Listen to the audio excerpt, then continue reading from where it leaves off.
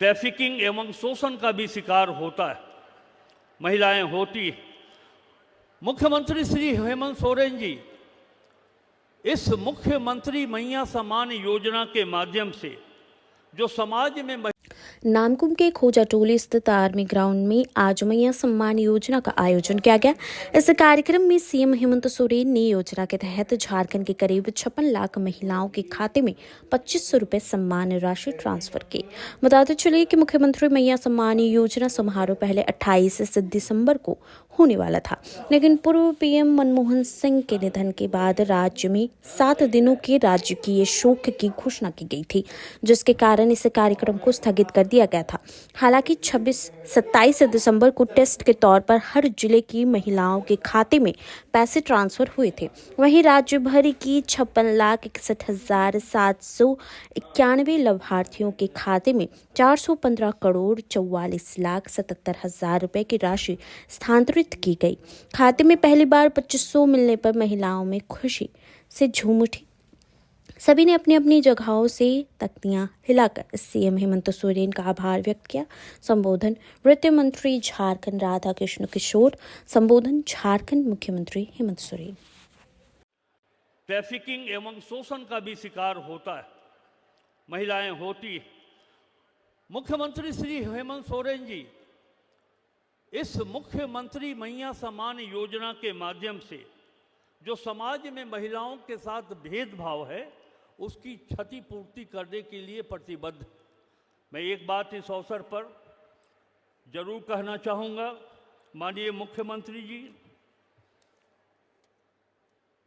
राज्य का मुख्य विपक्षी दल, उनके मुंह में राम है, लेकिन झारखंड की धरती पर देवी देवताओं और सभी धर्मों के रहनुमाओं को आप नहीं उतार पाए।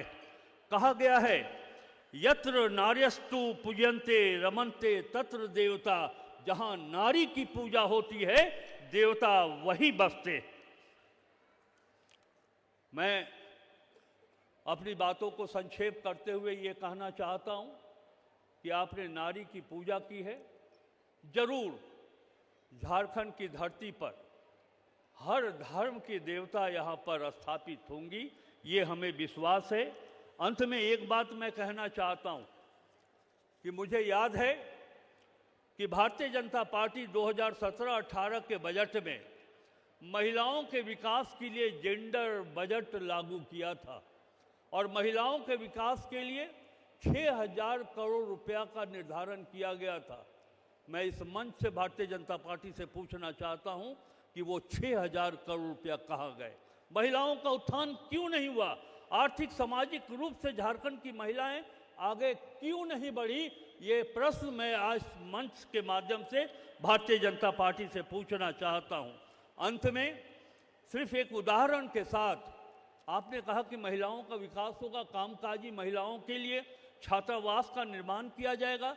2017-18 में आपने घोषणा की थी, सरायकेला, दुमका, देवघर, पलामू, हजारीबाग, बोकारो, एक देवघर को छोड़कर किसी भी जिला में तत्कालीन सरकार के द्वारा की गई घोषणा के आलोक में कामकाजी महिलाओं के लिए छात्रावास की स्थापना आज तक नहीं हुई। इसीलिए मैंने कहा कि आपके मुंह में राम है, लेकिन झारखंड के धरती पर सही मायने में देवी देवताओं को स्थापित करने का काम मुख्यमंत्री हेमंत सोरेन जी कर रहे हैं। और इन्हीं बातों के साथ चलते चलते एक बात और, बड़ी आलोचना लोग कर रहे हैं, विपक्ष के लोग। इस मंच से मैं ये भी पूछना चाहता हूं कि प्रधानमंत्री उज्ज्वला योजना के तहत इस राज्य में लगभग 38 लाख लोगों को गैस का चूल्हा उपलब्ध कराया गया था। भारतीय जनता पार्टी क्या बता सकती है कि गैस के चूल्हा आज किस स्थिति में पड़े हुए हैं, उसका उपयोग क्यों नहीं हो रहा है? इन्हीं बातों के साथ मुख्यमंत्री जी, आपके नेतृत्व में पार्ट 2 आपकी सरकार, और जब रात है इतनी मत वाली तो सुबह का आलम क्या होगा। बहुत बहुत धन्यवाद।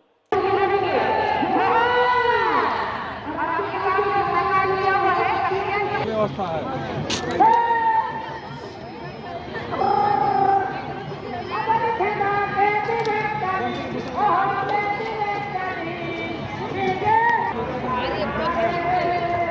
जाइए ना, कोई भी घुसिए, खाली पानी बोतल जो लोग जेल में जा रहे हैं उनको जेल में बैठने दीजिए, जो जी में है उनको जी में बैठने दीजिए।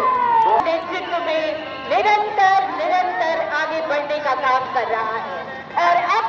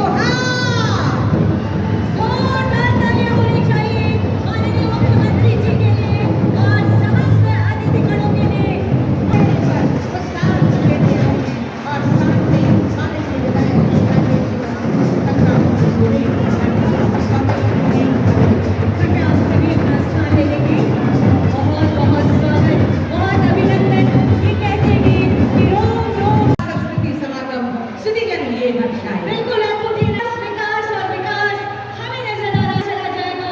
माननीय मुख्यमंत्री जी के प्रयासों से रोशनी और आगे होती चली जाएगी। बहुत आभार व्यक्त करती हूँ माननीय मुख्यमंत्री महोदय का और समस्त अतिथिगणों का दीप प्रज्वलित आज के कार्यक्रम का विधिवत शुभारंभ करने के लिए। आप लोगों के सामने कई ऐसी चीजें बदलेंगी बहुत तेजी से। सरकार आपको राशन फ्री देती है, बिजली भी हमने आपको फ्री कर दिया, बच्चों का पढ़ाई लिखाई, कपड़ा लत्ता कलम कॉपी वो भी सरकार दे रही है, छात्रवृत्ति भी दे रही है। लेकिन इसके आगे क्या होगा इसका परिकल्पना आप नहीं कर पा रहे थे। सरकारी स्कूल के माध्यम से पढ़ाई, 5 किलो 7 किलो अनाज के माध्यम से पेट पालना, सरकार के द्वारा धोती साड़ी लुंगी के माध्यम से तन ढकना, यही मात्र होता था। लेकिन अब बच्चे पढ़ेंगे भी और बच्चे को पढ़ाने के लिए आपको अगर इच्छा है तो बच्चे को अच्छे शिक्षक के पास ट्यूशन भी पढ़ा सकते हैं इस पैसा से।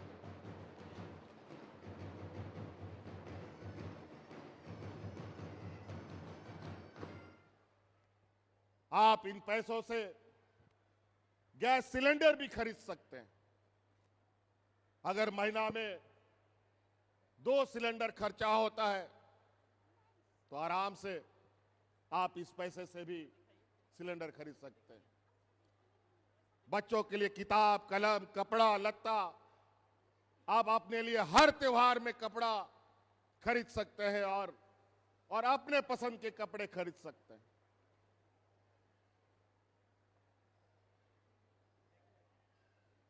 सरकार जो अनाज देती है उसी पर आपको अब जिंदा रहने की आवश्यकता नहीं है। आप इसके लिए इस पैसे से पौष्टिक आहार भी खरीद सकते हैं, बाजार से मांस मछली खरीद सकते हैं। जो हमारे कमजोर बच्चे हैं उनको स्वस्थ बना सकते हैं। जो हमारी कमजोर महिलाएं हैं जिनके शरीर में खून की कमी है उनके लिए पौष्टिक आहार खरीद सकते हैं।